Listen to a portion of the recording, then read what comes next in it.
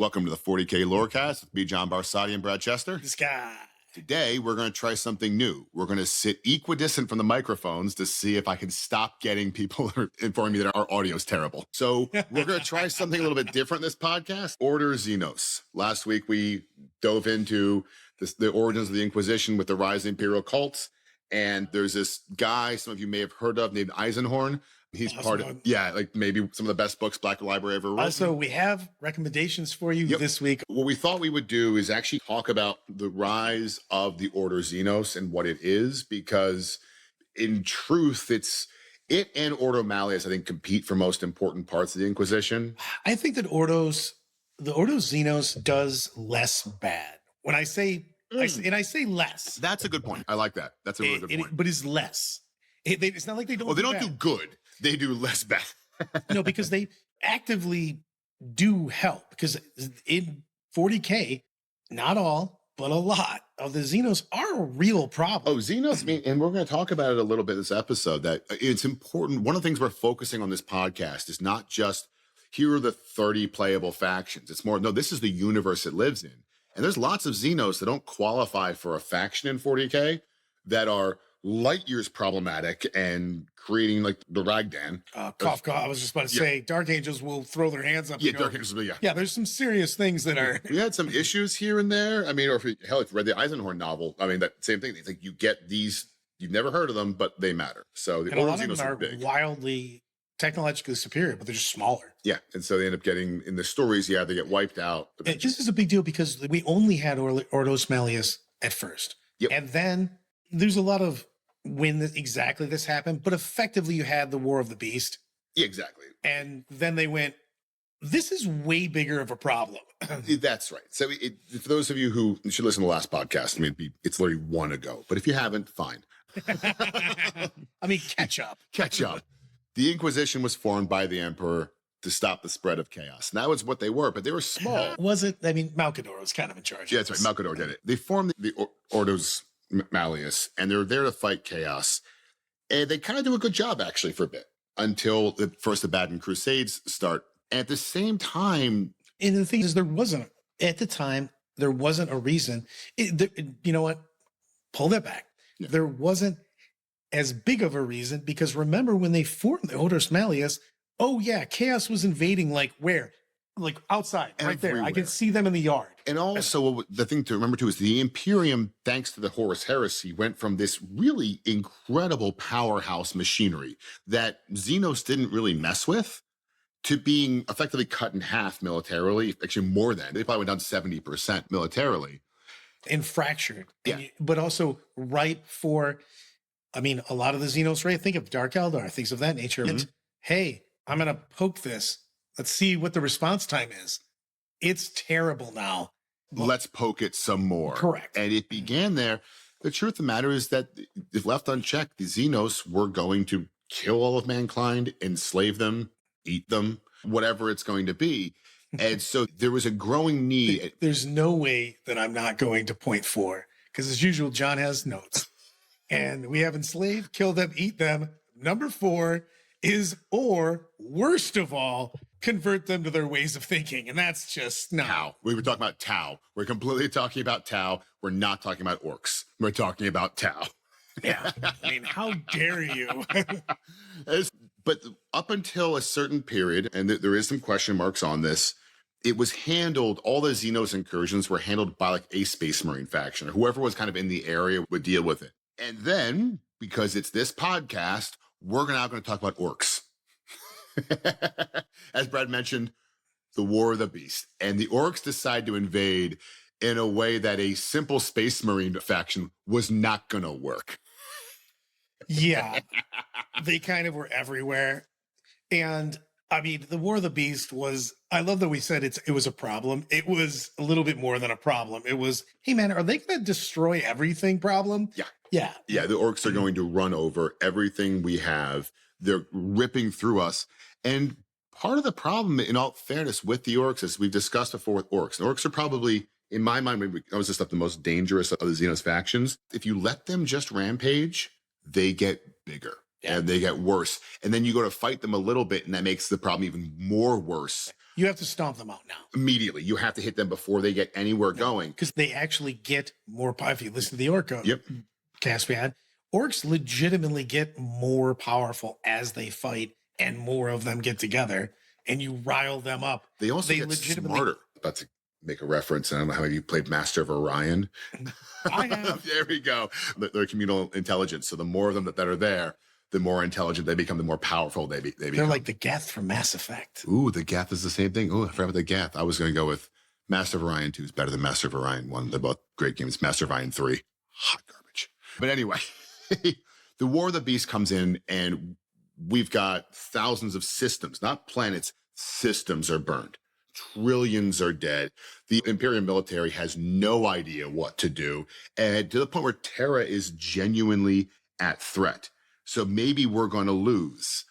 And eventually the good guys prevail? Question mark. And they do.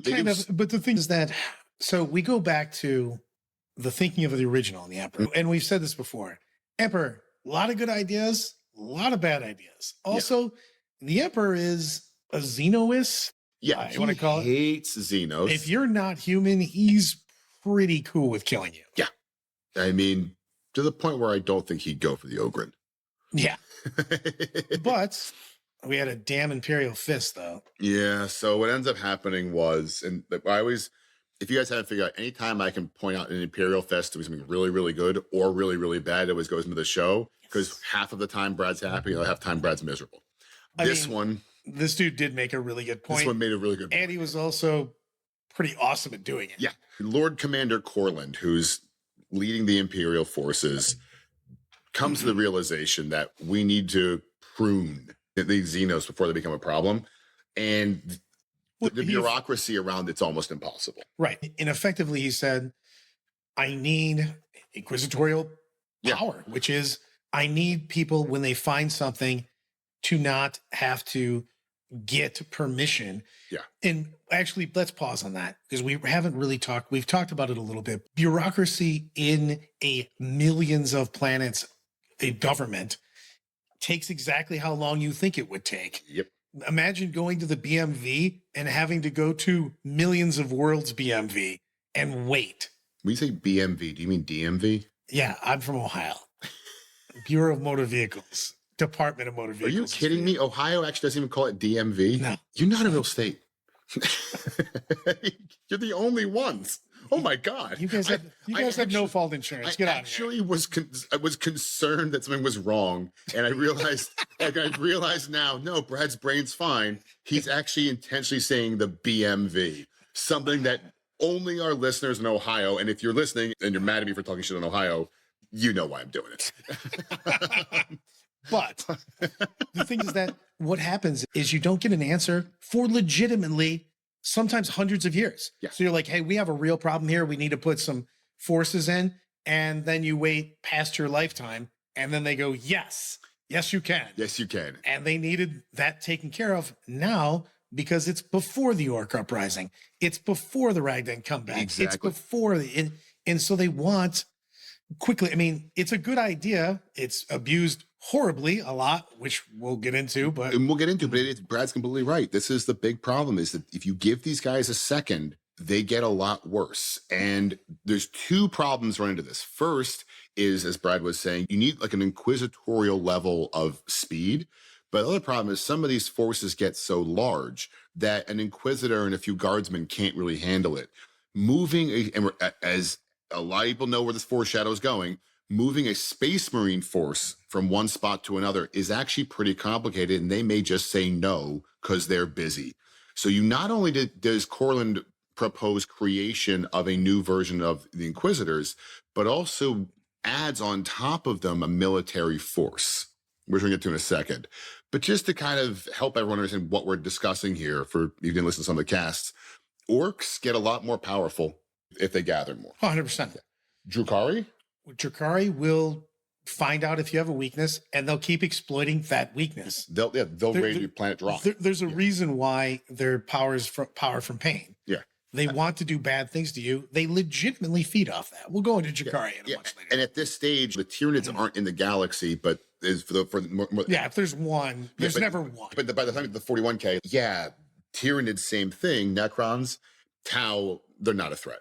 I'm just gonna go ahead and say the Tau, you can let them do what they're gonna do. We've got time.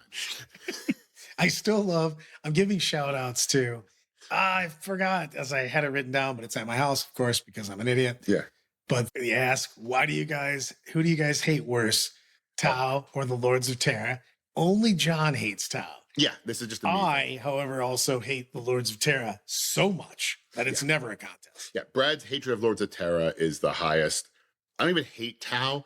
I just know that a lot of people who play Tau really like Tau, and I know every time I do this, it annoys them. So it's very enjoyable to me. Oh, actually, no, that's not true. I do hate Tau. You're a liar. You hate Tau. My hatred of Tau actually comes from Dawn of War Soulstorm. That being the most annoying mission to try and get through. I always hated fighting the Tau. In Dawn of War Soulstorm, they were the army I hated. I played Orcs, I played Space Marines, I played Guard, whatever I play. Anytime I had to fight Tau in that game, it annoyed me. Anyway, so it comes from a dark place. What they decided to do, going back to topic at hand, was to create these two branches. So we're going to create the Ordo Xenos of the Inquisition, because, as Brad said, we got to be able to move quick. And there's a lot of Xenos throughout the galaxy. In fact, it's mostly Xenos in the galaxy, obviously.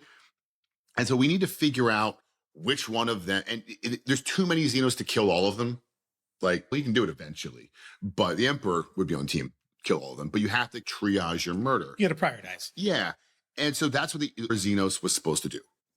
Which Xenos are the biggest threat and deal with it? Are they a threat today? Will they be a threat in the future? And sometimes, to be honest, to be fair, they have to go, are they trading with our guys? Yeah. Or are they trying to kill our guys? And sometimes trading is worse. Exactly. What if they tell them some new ideas? We don't can't be having any of those new ideas sneaking, and we've got our own ideas. And so this is where the Ordo Xenos Inquisitorum came from. But as we were discussing, and we're going to get into the second, there was another order that had to be created, and this is the Death Watch. Well, that wasn't an order. It was a military branch. It was part of the Ordus Malleus had demon hunters, which was Grey Knights. Each of them has both Ordo Xenos and Ordus Malleus first, both have a military space marine arm, and that was the Grey Knights for the Malleus, and those guys are what they are. And then they created the Death Watch, and the Death Watch, which I'm told I'm not allowed to get too into because John will start throwing things at me. We'll do a cast on Death Watch, but the Death Watch are badass. Like, they are super badass in the stories. They basically take the best of the best from all the different. They do special forces. They make Marine special forces. They take this guy that's a specialist at this, and they take this guy that's a specialist at this, but they also take them from different chapters. And we will do a full cast in Death Watch because I think it's super wild, because all the different Space Marine chapters have views about Death Watch. Some think it's a big honor, and some people think it's ridiculous. Why would you break apart? We have our certain beliefs and traditions. Get off my lawn.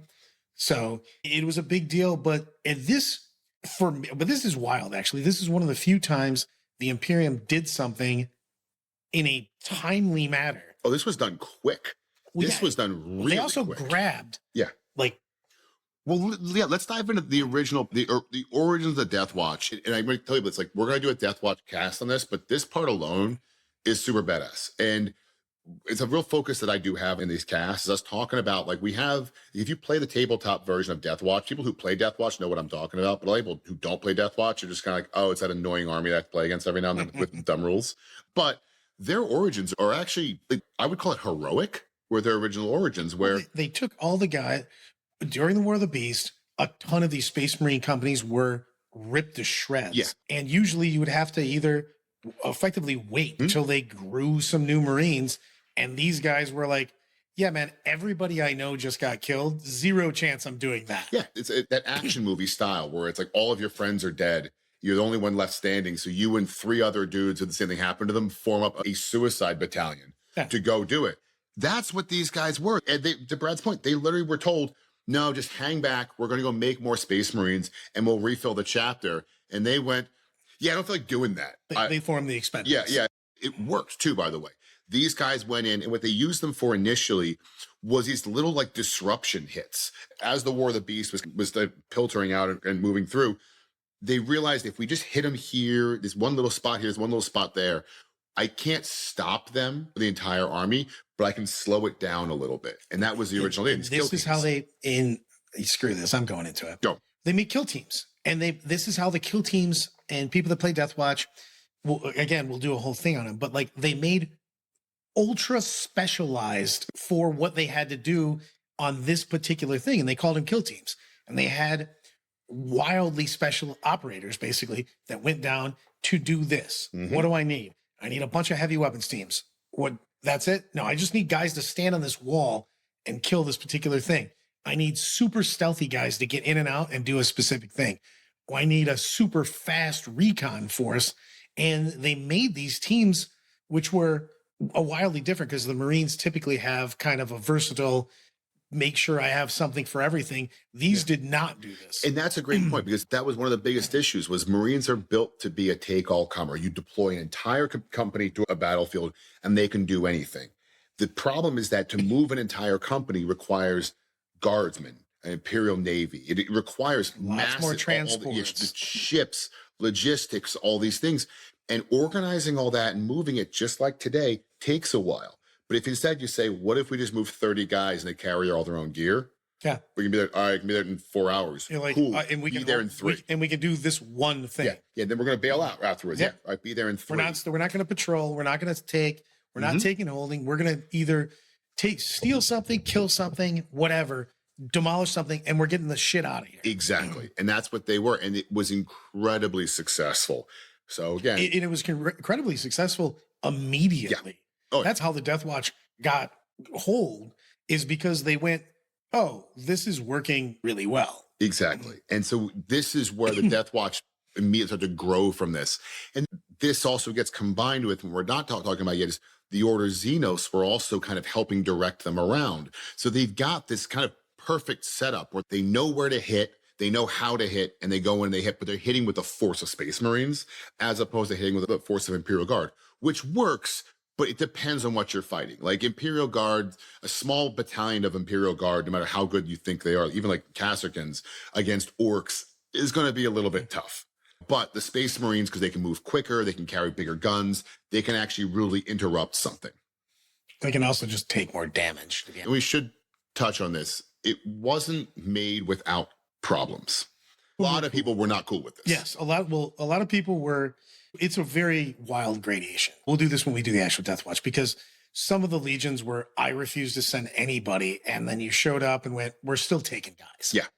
And other ones were on the dichotomy where this is the greatest honor we could do. And then you had everything in between. Yeah, and I think what we should talk about is, so the problem, remember, all the Space Marine legions at their core are made from a Primarch. You know, you've got a gene seed, you insert the gene seed, and so they've all got the system of how you make them. They didn't make a new Death Watch Primarch. So instead, as Brett said, they're just being brought from legions. And that hits a lot of people in a lot of different ways. So the first one, obviously, is the Space Marine legions themselves. It's not just that they don't want to share their soldiers. It's more, these soldiers know our secrets in the case of Dark Angels, you know. Well, they don't know all the secrets. Yeah, but they know some of the secrets. You've also got people like some Space Wolves are a pretty proud group. A few guys who are pretty proud, who also, they have their own tactics. They're not all that excited to share them. The truth of the matter is, while the Imperium is a fighting force, some of these guys take a lot of pride in how they fight. And the idea of, so you're going to take one of my sergeants who knows all of our tactics, and he's going to go over and hang out with like Blood Angels and Space Wolves and whatever it is, and just tell them our tactics. Like, you can't say no, but you can think it. Yeah. There's that group. But the bigger pushback was actually from Terra, because the truth of the matter is, we discussed this a little bit on the last episode about when, and I've forgotten his name, the head of the ecclesiarchy wanted to take on the Space Marines. The Space Marines are this body that, while they technically report to the High Lords of Terra, if they choose not to, they just won't. Yeah, exactly. Highlanders don't have a lot of options Also, here. cough, cough, Space Wolves do it all the time. Exactly. Yeah, you don't have you kind of Also, recall there's a few times, cough, cough, when the Space Wolves fought with the Imperial Guard and the Grey Knights, where the Inquisition tried to get a little uppy.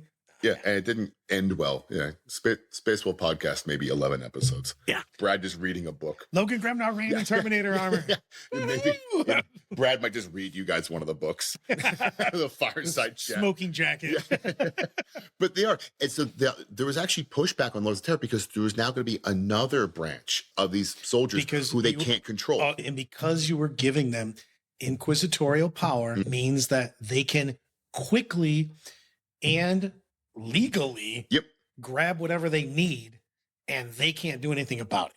Yeah. And so there was a lot of real heavy behind the scenes pushback in the creation of this army that, as Brad said, all got brushed to the wayside pretty quickly because it just worked so well that it was this piece of fine out of necessity, if nothing else. I'm going to give you this. I'm sorry, Ordos Malleus people, because they were the original, but the Ordo Xenos worked way better from the beginning. And it's still kind of working better. I do think part of that, though, is that everyone in the Imperium knew there were Xenos, whereas like the Grey Knights. True. Do a lot of the planets in the Imperium, you just said that the Candyman was going to show up. Yeah. You're like, so I need to be afraid of Beetlejuice? Yeah, exactly. No. And also, the Death Watch, people are aware the Death Watch exists. I'm still a little bit muddied on the lore of who knows the Grey Knights exist exactly. They're basically Santa Claus. That's the point. Is it? So it's like you have that piece of, it makes it a little bit easier to have an order that is investigating things that everyone knows exists. And uses I'm probably more willing to give you money, food, and whatever to the guy that just says he's going to stop me from getting punched in the face by the guy that literally punched me in the face. And also, over there. Complete tangent here. If you're trying to be hidden, why are you wearing silver reflective armor? Just throwing it out there. I'm sure it matters for the demon fighting, but it's like no one can know they exist. The giant shiny things that blinded me when they showed up over there, who also teleport in everywhere. They're covered in metals. They're not metals. They're sigils, but whatever. Yeah. They're metals. You could see the Grey Knights 4 miles away. Like they're going to reflect so much light. But anyway, fun little side topic, but just throwing it out there. The super secret organization. Anyway, but what matters though is the Death Watch are formed, and they are formed with force.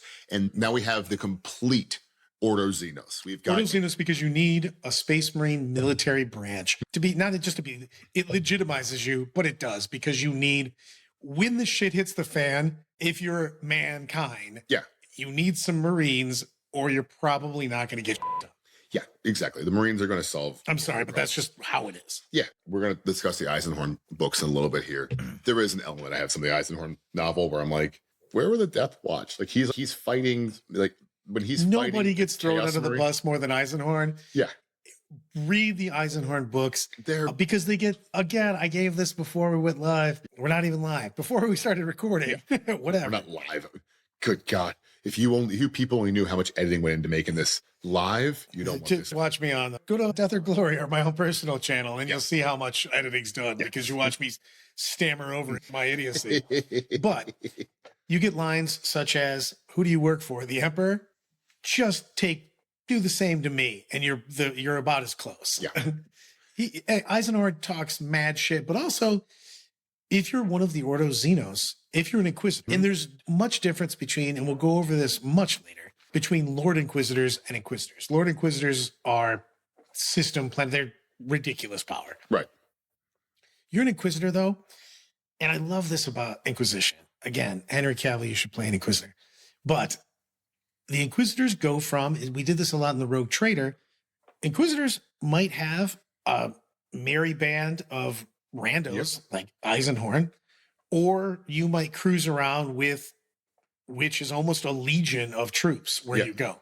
I mean, there's also dudes that just operate solo. A lot of the Puritans just show up by themselves, grab what they need, and then deuce out and go to somewhere else. Yeah. And so let's dive into kind of the operation of the Ordo Xenos, what they are, how they're going to function after the full formation. So again, we're post-War of the Beast. The Lords of Terror have signed off on the plan. Death Watch exists. These guys exist. What are they really trying to do? And They're just there to effectively prevent the fall of the Imperium to Xenos. And it can be that fall can be, as we discussed before, the Xenos invasion, Xenos infiltration, Xenos, I don't know, whatever Tau do, like these types of things. Xenos, Tau would be considered corruption, though. That's what they were. Yeah, I guess they're corrupt. Because they don't follow the Imperial Creed. Yet. Yeah. Yet. Crude. But the things that they have the most straightforward, though, because besides, well, that's a lie. Most of the time, it's the most straightforward until you have to root out GSC groups. Gene Stealer cults are a problem. The addition, like we are intentionally doing a lot of casts that all involve the galaxy before Tyranids, because post Tyranids, this galaxy gets real rough and real confusing. Even Necrons coming up are going to be tough, but post Tyranid invasion, it is like Gene Stealer cult's just wild. Yeah, so it's pretty crazy. Yeah, but the galaxy is at its core war. That's what it is. You've got, if you're the Imperium, you've got internal strife where you have rebellions constantly. You've got demonic incursions constantly. Well, you basically have rebellions that are sometimes chaos and sometimes just, oh yeah, everything sucks here. Everything sucks here and I have a gun. Let's get together. You also get the great joy of the webway exists, which you were close to not having to worry about it, but then Magnus decided to just, here's my story. My viewpoint on Magnus is I have a 5-year-old. If you ever tell a 5-year-old, hey man, wait a second, that explains to you what Magnus did to the Emperor. Pretty much. It was like, just hold on a minute. And I give you, I'm just going to tell you anyway. So anyway, there are also really no good guys in the galaxy. I will give Tau this credit. At one point, Tau were good. And then they retcon. How many editions did they keep that for? One or two editions where Tau were good? They're two. And now then two? Not even? When they first came out and the next one, they were still good guys. Yeah, and so the issue is that the greater good used to be our actual greater actual greater good, and now it's whatever they've made it now. But the challenge is that the Ordo Xenos are existing right here to keep the galaxy, or the Xenos in the galaxy, from conquering and destroying them. And they need to move quickly. And because if you don't move quickly, it gets real bad real quick. You've got a few different Xenos that are the biggest threat in the galaxy at this point. The first one are orcs, obviously. So the second you see an orc, you got to remove an orc. They are technically a mushroom, so you can never fully remove them, but you have to stamp them out before they start getting together. Next, they're going to be Brad's favorite buddies, the Eldar. That's right. And how do you, what do you do? Where did Eldar come from, Brad? Yes. Yeah. The answer is yes. What? We've got magic. Can see into the future. And then in case Eldar aren't bad enough. Drukhari are much worse. Oh God, it's so gross. They're called the Dark Eldar for a reason. Yeah, they're going to be so gross. And they come in and they will literally just pull every person off your planet one at a time until you show up and stamp them out. And then they'll just run away. And Eldar and I think Drukhari are probably the biggest ones for Order Xenos of like the playable factions because they're so sly. They're so minimal that if you can miss the sign. Fact that they're wildly intelligent. Yep. They're also near immortal. Oh, and when you're immortal and you know that things could go bad for you, and when you die, they're going to be really bad. Well, you're going to take on the fights that you can always win. Yeah. Everyone doesn't want to die, but not as much as Eldar. Yeah. They have an afterlife and it is bad. Yeah, it's Slanesh eating them for eternity. Yes, it's not a great situation. And so these two are probably the biggest ones for Order Xenos. Orcs are there, but it's the orc. And also you got to remember that right now they don't know the difference between Eldar and Dark Eldar too. So they've had some very crazy scraps because while you're like, oh, these guys are bad guys and these guys are good guys or whatever between, they look the same. Well, yeah, they are the same. Yeah. Genetically, they're the same. It's just one of them. Well, I guess maybe the homunculus coven aren't genetically the same anymore. True. They've done it, but yes. But yeah, most of the Imperium has no idea that these are different at all. And this is formed again before the Tyranids invade, which is always bad. Necrons the Necrons are coming out of the Tau. Tower only on the Eastern Front. Yeah, I mean, not really. They're fine. And then Leagues of Votan, which is the newest edition. Which effectively just got discovered. Which just got discovered and still are they a threat? That's actually the one thing I will say in the Votan Codex is it's Also, not really clear are they yet. human? Yeah, it's actually hasn't, this is one I'll have to be honest, hasn't made clear yet what the Imperium's full viewpoint on the Leagues of Votan are yet. I'm sure the AdMech are super into them once they figure out they have STCs. Yeah. And also there is fairly rampant trade between some places. Yeah, and that's so you're going to have, that's the one where kind of. And this is where we have to get into, screw it, I'll just go into it now. You have Puritan, puritanical, and radicals in your inquisitors. And that means that you either refuse to use, you don't talk to the Xenos, you don't use Xenos technology, you don't communicate them, you just stamp them out. And this is both in Malleus and Xenos, but we're talking about Xenos, so we're talking about Xenos. And then you've got the radicals. And the radicals aren't even really radical, they're just, that's what they're called. And they will just kind of use whatever means necessary. Cough, cough, Eisenhorn. Yeah. Who just goes, he has to make judgment calls all the time and go, hey man, these guys are trading with a craft world. I don't care. You know what I mean? This isn't a threat to the Imperium. I'm going to move on. Because also, I'm not going to get a bunch of resources together and then get my ass kicked by a craft world when I could have just moved on with life and stamped out another Ragdan or another Dark Elder incursion. Exactly. And that's a huge purpose of, I would actually argue, and we're going to do an Inquisition cast as well. We get more into this later, but I would argue the radicals are the more valuable ones to the Imperium because they're the ones who help make the decisions of where do we spend resources instead of just wasting our time in a battle we don't need to have. Well, even if you, like I said, look at the books, that the first Inquisitor you meet with Eisenhorn is a wildly successful Puritan Inquisitor. Yep. But I would argue again, it's mainly because he's always met things that had to be taken care of, and he didn't have to make judgment calls because the Imperium's going to be real bummed when you just decide that you need to fight Uthway or something. Yeah. And they're like, we don't want to fight with you, but also we can see to the future, so we're just going to ruin your supply lines now. So please leave us alone.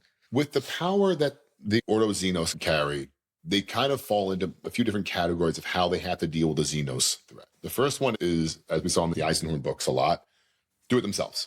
Them and whoever they're with just wipe out the Xeno threat.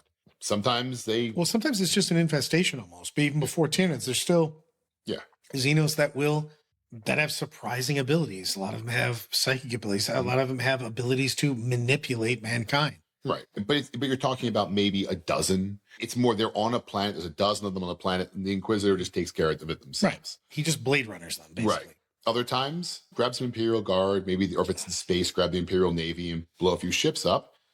Or you're calling the Death Watch. Yeah. Or, and even beyond that, sometimes you might, in the rare cases, if there are some, when burgeoning Waz get discovered, or certain, Necron forces and Tyranid forces get discovered, you call in a full chapter. And it's like, all right, someone call the Dark Angels. It's time. One thing I want to discuss, though, is I really want to have us spend some time on the smaller Xenos, because this is the biggest piece of this, is that when we think about a galaxy, the difference between the Eldar, the Tau, and someone you've never heard of is simply how long they were able to grow. There's so many more things you haven't heard of. And that's the majority. The Wild, we said there's 5 Xenos that you know of that are playable factions and this and that. There is countless Xenos in the galaxy. Exactly. And most of them are only known from books, little snippets in the codexes and stuff, things of that nature. Stories about that. And that's because the Ordo Xenos, has been pretty good at snuffing them out. Yeah. Because that is the whole thing, is we, as a Warhammer 40K, we focus really heavily on what I would call the large conflicts, which is the big armies. These guys are multi-system wide. They have manufacturing, all this stuff. But as you read, especially the Eisenhower books are probably the best ones for it. But honestly, I read a lot of codexes, personally, from a reading standpoint. I read journals for work. So it's really easy for me to read codexes where they're just doing time date, M34, bop, bop, bop, bop, bop. We had an incursion against species X in this corner of the galaxy. I like reading those. That's what the majority of the conflicts are. And it's really cool to think about, how do you know where they are? And it is the Ordo Xenos, who, to go back to our Rogue Trader episode, are basically the rogue traders. They're going out in their small ships and they're tracking down leads like old detectives and figuring out like where it is, Well, and then it is a stamping big it deal out. that they find them before they become an issue. Yep. Their whole job is to intelligently judge dread things, to be honest with you. Oh yeah. Is they have to decide when it's a problem. Does it need to be taken care of right now? How many forces do I need? And they have carte blanche as that. They have Solve this. Yeah. Yep. Solve this. And it's really cool because it is like you're talking about like an uprising here, there's some invasions over there. A lot of this is actually happening on like a single planet or within a single system. which is in the 40K universe is nothing. Yeah. You're talking about, again, we have millions of worlds, not one, millions of worlds. And these stories are taking part a lot of times, like John was saying, on one. Yeah. So it doesn't even get mentioned. It's a side note on a side note. No one will ever know this happened until it spreads. Because Right. I mean, because again, the War of the Beast started on one world. Yep. You know, And it was a fairly minor deal with a singular powerful guy. Yeah. And it became a galaxy threatening event. The Tyranids are not, they didn't name themselves that. It's because they invaded Tyran and wrecked it. And now they are the Tyranids. That's that's where they come from. They're small. We've had, again, we'll go to the Ragden again, which is way back in our episodes, but like, again, super powerful race that started off as nothing, kind of didn't know that the Imperium existed until they touched a little bit of it, then went, all right, these guys are super easy to kill. Let's go. Go team. And so that's where the Ordo Xenos come into play. And this is where they're spending all of their time because these events grow. And that is the critical thing.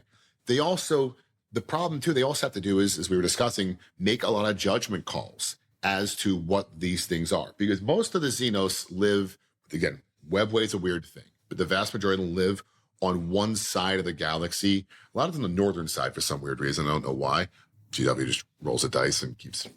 They're also so bad at 3D, but we'll continue. Yeah, the northern side of a 3D galaxy. Good look anyway. Have fun figuring that out because, you know. All right, fine. I'm going to bitch about it for a second. When we say north and south, it's polarity. There's no magnet for the north or the south. And there's not even a story about, there's no part of the warp that functions. We did have that way a great in the Discord, which is why you should go to our Discord for 40K Lorecast. Oh, the invasion. Yes, we had a great talk about the invasion. We had a couple guys that were very big into the astronomy and everything else. So that basically the planets, the chances that all the planets aligned are so impossibly small, but they did a ridiculous ritual and made it happen. But what I was going to comment on that post, those of you who made the post, and point out they could have just come in from the other side. If all the planets are aligned, they're only aligned one way. Yeah. So you could have just come in the other way and still. But anyway, that would have made for poor writing. It's the same thing. If you haven't seen the movie Commando, shame on you. There's this random scene in Commando where Arnold Schwarzenegger is on an airplane, and then he gets out of the airplane and strips onto a banana hammock to row a boat to shore to put all the clothes back on. Yep. No purpose for that scene other than to show glistening Arnold Schwarzenegger. No purpose at all.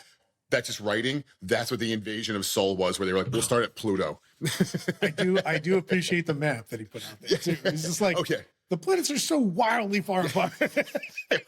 it was such a good point, and I was reading, going, it's like the best point, and the only answer I have is I just love it because writing. in our community we have some really great interactions, and that might have been one of my favorites, just because you could tell he was just like, what? Why? Yeah. It's much chance of this as Brad throwing down a 360 reverse dunk. Yeah, this is happening. This is GW writing, but we digress. As I do. Yeah. The Xeno species, though, really, as we said, they can't really contend with the Imperial forces. So they tend to interact with mankind in a few different ways. The most positive is just trade, where they're sitting on an edge and they have like plasma that doesn't explode, or power sources you don't have to pray to 45 times and don't irradiate a planet. Lots of things like that. And so they actually just trade right on the edge. And it ends up being a win-win for both. Because one thing that we've actually never mentioned, and we're going to do a cast in the future talking about what it's like living on the different planets in the Imperium. The further you are from Sol, the less interaction you get with the Imperium. So you're not quite on your own, but sometimes you are. Yeah, but kind of like the settlers. If you're on a fringe planet, and we actually still keep pushing the fringe out. In the 41st millennium, we are still settling new planets all the time. Exactly. They're kind of on their own. So if you run into an alien species that doesn't want to murder you and is willing to trade with you, hey, let's both not die. And let's also hope that a bad Inquisitor doesn't show up. Yeah, but for the most part, the English leaves them alone. The more common ones are the raids, though, where you're getting, again, they're small and Xenos forces, but they're quick, and they come in and they just take something out. And these are also a lot of races that don't know what the Imperium actually is. Yeah. Because there's a lot of just small, if you're on the fringe and you meet humanity, you don't know that it's millions of planets. You just know that it's those planets right there. Yep. And so on. And they have some things that I want. So I'm going to go ahead and take them. Those guys are pretty easy for the Inquisition to find out. And we just smoke them. Yeah. We should also quickly mention some of the Inquisition is just a guy sitting at a computer. He's sitting there saying, hey, this world went dark, figure it out, and then sends forces there. Yeah. That's the lame one. The cool one are the guys like Eisenhorn. Yeah. The infiltration. This is the big one. Infiltration's probably I would say the biggest job of the Ordo Xenos. It is. It's second to Ordus Hereticus, which we'll talk about. I'm saying of the job that they have to perform. I'm saying for Ordo Xenos, their biggest threat and their biggest job is, I think, infiltration. It's not even just infiltration, but infiltration takes a lot of different roles, though, because infiltration might be cough, cough, tau. We'll just use them because they're the most prevalent in the stories as far as people that, if you know anything about 40K, tau exists, they're a faction. But there's lots of different races who are just trying to get the planet to effectively secede from the Imperium because they have cool stuff and they would like it to be part of their small empire. And we say small empire, their empire might only have a few systems. You're like, this sounds insane right now, but like in the grand scheme of 40K, again, that's a nothing. Yep. But the Inquisition tries to find out what's going on. And a lot of these systems, by the way, or just worlds, will not say that they have done any of this. Oh, of course. They know better. Right. I mean, the things you don't trade with Xenos, and then when caught, you might do I know I couldn't do that, but you're never going to telegraph this. So you have to hunt it down. And also the whole world might not be doing it. It might be just some people on the world. It can be a bunch of things. The reason that this type of infiltration, though, is so important is what'll happen a lot is the Xenos will try to take control of the world. They rarely, and I say rarely, sounds just me, like I'm on Team Emperor here, but in the stories, it's uncommon for there to be endless amounts of peaceful trade. It seems to be, it starts off with peaceful trade. Yeah, but those make good stories. I'm not going to read a 350-page book about everything being okay. Peaceful trade. That's fair. It probably happens all the time. They're just like, it's kind of a lame story. You're like, I was going to write a novel about it. What happened? Everybody had a good time. You know what? We had a picnic. Dan Abnett has so much clout right now. He probably could write that book. Just 350 of just hanging out. Pages of just people just getting along and doing their thing. Yeah, we were going to, the Inquisitors showed up and then they all they went out to dinner. And then just the end and everyone goes, what the hell was that? It's him just trolling all of to do though, because we've seen a bunch of stories of it. And I do want to point out, you have it in the notes, because a lot of Xenos races are physically / mentally more powerful than humanity. Yes. And in a lot of stories, Xenos races can bend minds to their will fairly easily, because it's also races that have been around for millions of years, sometimes tens of millions of years. And they think that the human brain is cute. Yep. And they puppet master cough enslavers, but there's a lot of races that have done this, and they start holding world leaders, governors of planetary governors and stuff like that as thralls. Yep. And the Inquisitors have to root this out and find out what is actually happening. Because the most important thing for the Imperium is getting supplies. We're going to discuss this anytime we talk about the Imperium. Yeah, we need supplies. So when the supplies stop flowing, it's a big issue. Which is how we figured out how you make sure nothing happens to your planet. Well, don't roll a 1, which means an Inquisitor just stumbled upon your planet. But the other way is keep sending whatever they asked you to send on time. That's it. And so with these types of Xenos incursions, we get what I think is a very common video game trope where you go to a planet, the people are talking funny and this kind of stuff, but they're all human. You don't see any Xenos walking around, but they are fully enthralled by this threat. And now the Ordo Xenos has to figure out, what are we going to do about this? The biggest threat, though, and this actually comes up a lot, we're going to keep referencing the Eisenhorn books, is Xenos combined with Chaos. Chaos isn't just for humanity, against humanity. Right. Chaos is trying to be chaos everywhere. They're chaos. Exactly. Chaos will infect. It's interesting because they don't really do it in the 40K universe of what we play, but they would happily infect anything else they can infect. Oh, in the books and stories, they have a lot. Yeah. Well, I guess technically a lot of the Slaanesh army are corrupted Eldar. Yeah, they've been into multiple other races. And the thing is, a lot of times they'll corrupt something, especially when you're talking about Tzeentch. Yep. He'll corrupt a race to get in the way so that his other plan starts to function. Yeah, so this is one of the bigger threats to actually probably one of the biggest threats to the galaxy, if not the biggest, is combining a Xenos threat and a Chaos threat. That's kind of a nice 1-2 combo. Well, you know what? I want to pause on this real quick, though, because yes, Ordo Xenos wants to root out Xenos. Ordos Malleus is against Chaos. If either one of these finds a problem, they don't just mic drop and run away. Yeah, they fight. Right. If Ordos Malleus finds an orc invasion, they fight. If Ordo Xenos finds a chaos heretical world or chaos forces, they fight. These aren't like, they're not like, hey, this isn't not my job. Yeah. Not my job, and just walk away. Yeah, like these guys frequently get into fights of other threats. The other one, too, though, that they do dive into is dead Xenos, interestingly enough. This is where you get different corruptions, though. And this is like when we accidentally, which we've done multiple times, woken up Necron dynasties because you're like, hey, man, wonder what this button does. And then you went, oh, this is probably not great. Why is it glowing green? Oh, God, oh, God, oh, God. Oh, there's a lot of pyramids showing up from underneath the ground. This is bad. But also you can get corrupted because, again, a lot of these Xenos races were wildly more advanced and they've been millions of years dead and they're not coming back a la Necrons, but also a lot of these transferred consciousness a la Necrons to part of their machinery and stuff.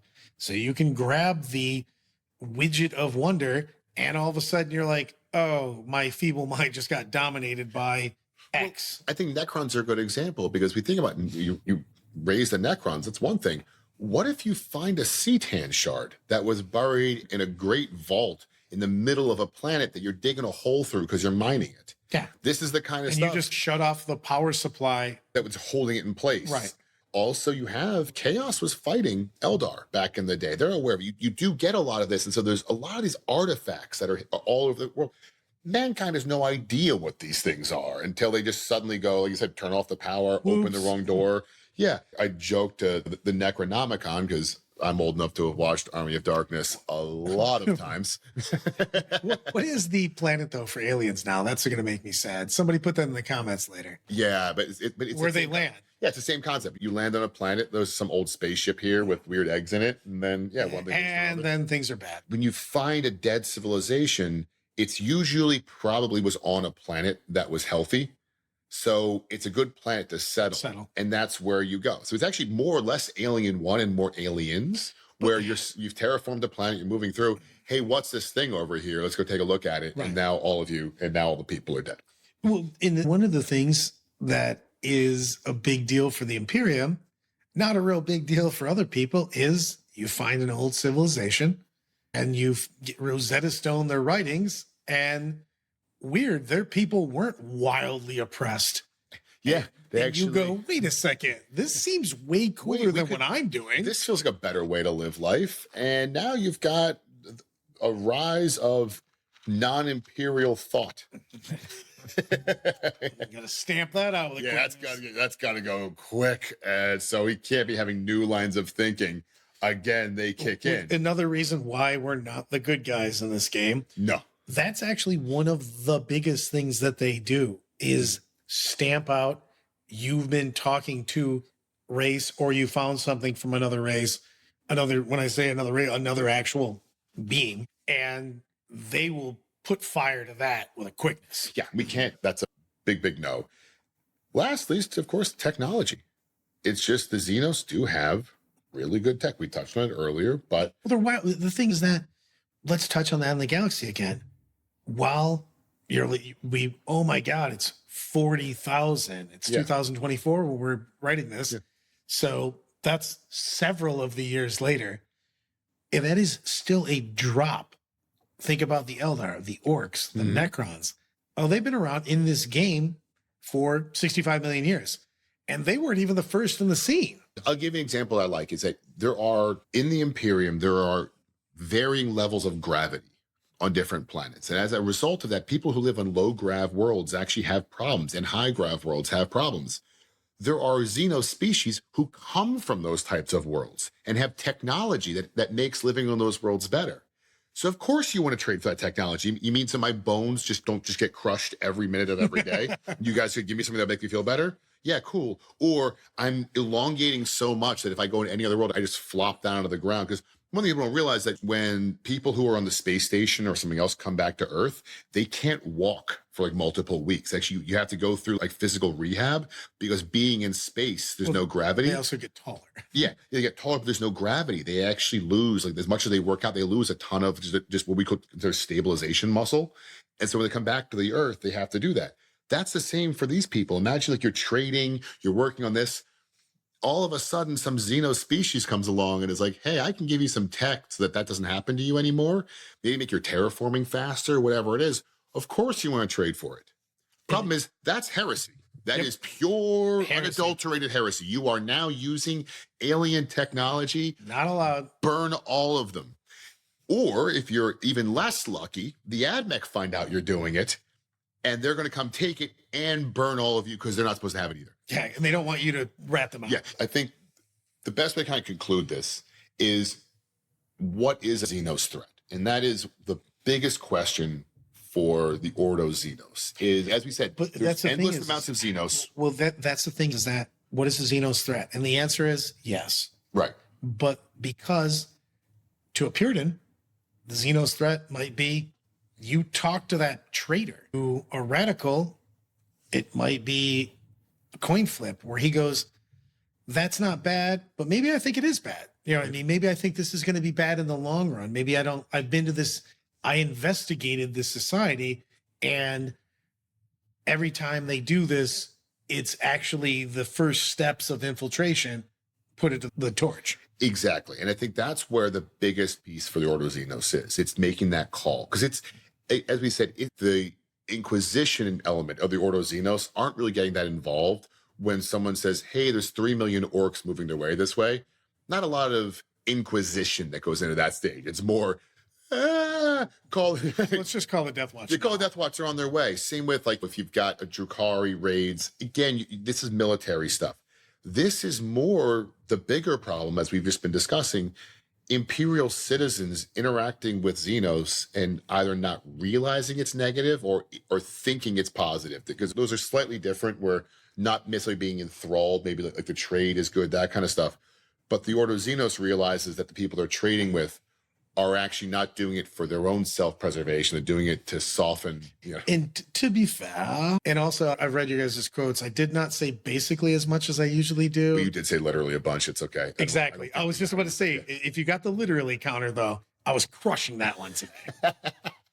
So if you've counted, we should do it. I encourage a drinking game where I say basically or literally, and you have to take a drink. Maybe I'll make you a t-shirt for Adepticon you can wear where it's just the definition of literally.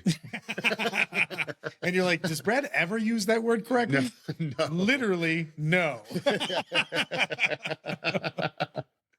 That guy's an idiot. So when we talk about the Inquisition element of the Ordo Xenos, I think a lot of what they're doing is hunting down collaborators who may or may not know they're collaborators, but hunting down collaborators. Out of the 3 arms, screw it, I'm going all in on it. Ordo Xenos, and this is because I think Eisenhorn's a pimp, but they're doing the best job, which is wildly not a big deal. You're setting the bar so low, but they are doing the best job, basically, of making things better, quotation marks, Right. because they are going after credible threats, and they burn less random people down than the other two factions. That's true. Or- Although, yeah, I guess right. They're definitely better than Ordo Hereticus. I was just going to say, come on, man. I think Ordo Malleus and them, I bounce back and forth. And in fact, we'll get to a second where we're going to go with this one later. But I bounce back and forth on Ordo Xenos, Ordo Malleus, as far as which one. Ordo Hereticus sucks, guys. Ordo Hereticus is awful. Those are just bad people. That's just all bad. I mean, witch hunters are bad. My viewpoint, my personal opinion is I think Ordo Xenos are oftentimes solving a problem that doesn't exist. Whereas Ordo Malleus, I didn't say they were good. I said they were doing better. I think Ordo Malleus is doing better because it's just my personally. I think Ordo Malleus. When they're doing better, it's a real big deal. I guess, yeah, probably the better way to put it. I think Ordo Malleus, the problems, if you look at the problems the three are solving, Ordo Malleus is solving the biggest problem. Yeah. Ordo Xenos next biggest. Ordo Hereticus aren't solving a problem. No. They're just shooting people and making things awful. Yeah. Before we get to the end of the cast, though, there is one very fun element of Ordo Xenos that they have to deal with, and that's abhumans. Abhumans, because over the last 40,000 years, we've had, I don't know, some worlds where lots of radiation. You're a little too close to your sun. Yep. We decided to power this from its leaky reactor. Yeah. A lot of different things. The water's not real cool for you. Yeah, the water tastes like lead. Yeah. And if it was lead, it would be better. It would be so much better than what you're drinking. So as a result, you kind of get entire planets, borderline systems of mutations. And you have to make a decision of, are we a mutant or are we a Xenos? Well, it's also, to be fair, it's not even that. It's, are you useful? Well, we know what they really do here. Yeah, or are you not? Because the Jokero are not a mutation. Yeah, well. The Jokero actually predate mankind. Right. Well, it's Jokero weaponsmith, but also Bullgrins, rattling snipers. Those are humanoids. Yeah, I'm saying. Jokero were orangutans. Right. I'm just saying. Before orangutans. Like God damn it, GW, and your stupid writing. Sorry, it just occurred to me again. The GW made the Jokero, which are orangutans, which didn't exist for 63 million years post their creation. Don't worry about that. But the thing is that they really try to figure out, is this something we can use or is this something we can't use? And if it's something we can't use, it's a heretic. It must be burned. Something we can use, well, welcome to the Imperial Guard. But that is one of the key roles of the Inquisition, is to make this call. And we'll cover it more in later episodes. But yeah, it's a big problem galactically. Let's just put it that way. Yeah, it's more of a big problem for if you're not considered useful galactically. That's also there. I think at that stage, we'll take a break because it sets up our next cast, which we're going to go by the Inquisition, friend or foe of the citizenry. Because the Inquisition are definitely friend of the Imperium, but I want to spend a little bit of time on our next cast going into what is it the Inquisition does and how does it interact with the citizenry, and what's that make for the citizenry, which probably will continue some arguing, a lot of us interrupting each other, and quite a few diatribes. We're also going to argue a lot about this because there's a lot of conflicting stories. Yes, because as you guys already probably heard us starting to go, where I'm more on Team Ordo Malleus, Brad's on Team Ordo Xenos. There's no one we can find who'll be on Team Heretic. They're a bad person. Yeah, exactly. No, if you're on Team Hereticus, you got problems, man. I mean, you can like Sisters of Battle, but not that much. Once again, please subscribe to the podcast. Leave positive comments. I'm not going to be subtle about that. I love that you said not leave a comment, leave a positive comment. I don't want to hear a negative comment. If you want a negative comment, send it to us on Discord or Facebook. We don't need that stuff on Spotify. Come on. Just love it. By the way, with that, I'm John Barsai. This is Brad Chester. This guy. See you next week.